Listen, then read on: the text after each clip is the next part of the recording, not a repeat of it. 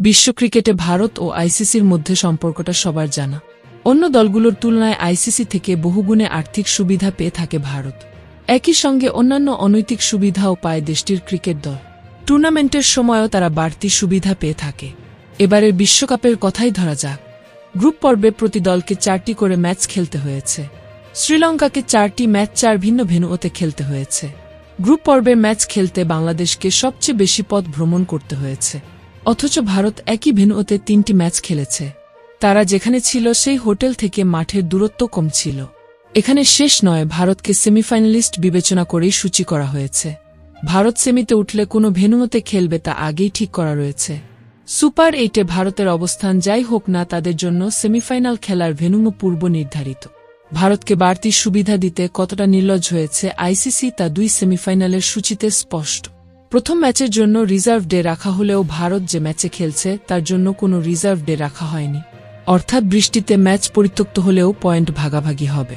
একই সঙ্গে পয়েন্টে এগিয়ে থাকায় ভারত ফাইনালে উঠে যাবে। এত সব অনিয়ম দেখে চুপ থাকতে পারছেন না ওয়েস্ট ইন্ডিজের সাবেক hard hitter batter Chris Gayle. IPL থেকে শুরু করে অন্য সব জায়গায় ভারতকে বাড়তি সুবিধা দিয়ে ক্রিকেটের কি ক্ষতি করা হচ্ছে তা নিয়ে কথা বলেছে। এক সাক্ষাৎকারে তিনি বলেছেন, কেউ ভারতকে নিয়ে কথা বলতে পারবে না, কারণ ক্রিকেটটা ভারত চালায়। এটাই বাস্তবতা, এটা মেনে নিতে হবে। ভারতকে চ্যালেঞ্জ জানানোর কেউ নেই।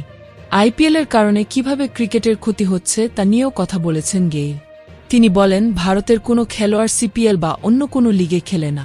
অবসরের আগে ভারতের কোনো খেলোয়াড় তা করতে পারবে না, কিন্তু বিশ্বের বড় বড় ক্রিকেটাররা ঠিকই আইপিএলে খেলে। এই দুটোকে এক করুন, তাহলে উত্তর পেয়ে যাবেন। গেইল আরও বলেন, ভারতে খেলাটি নিয়ে পূজা হয়। টিভি সত্য, সবকিছুই ভারতের ওপর নির্ভর করে। জায়গাটা ভারতের, প্রভাব প্রতিপত্তি সব ভারতের। আইপিএল যখন এতটা দাপটের, তখন আইপিএল চলার সময় আন্তর্জাতিক ক্রিকেট না রাখা ভালো। অনেক খেলোয়াড় এখন অবসর নিয়ে আইপিএল খেলতে যাচ্ছে। যদি সত্যিকে সত্যি বলতে না পারেন, তাহলে আন্তর্জাতিক ক্রিকেট শেষ হয়ে যাবে। গেইলের এমন মন্তব্যের সাথে আপনি কি একমত? কমেন্টে ইয়েস অথবা নো লিখে জানিয়ে দিন আপনার মতামত। ভিডিওটি ভালো লাগলে লাইক, শেয়ার ও চ্যানেলটি সাবস্ক্রাইব করুন।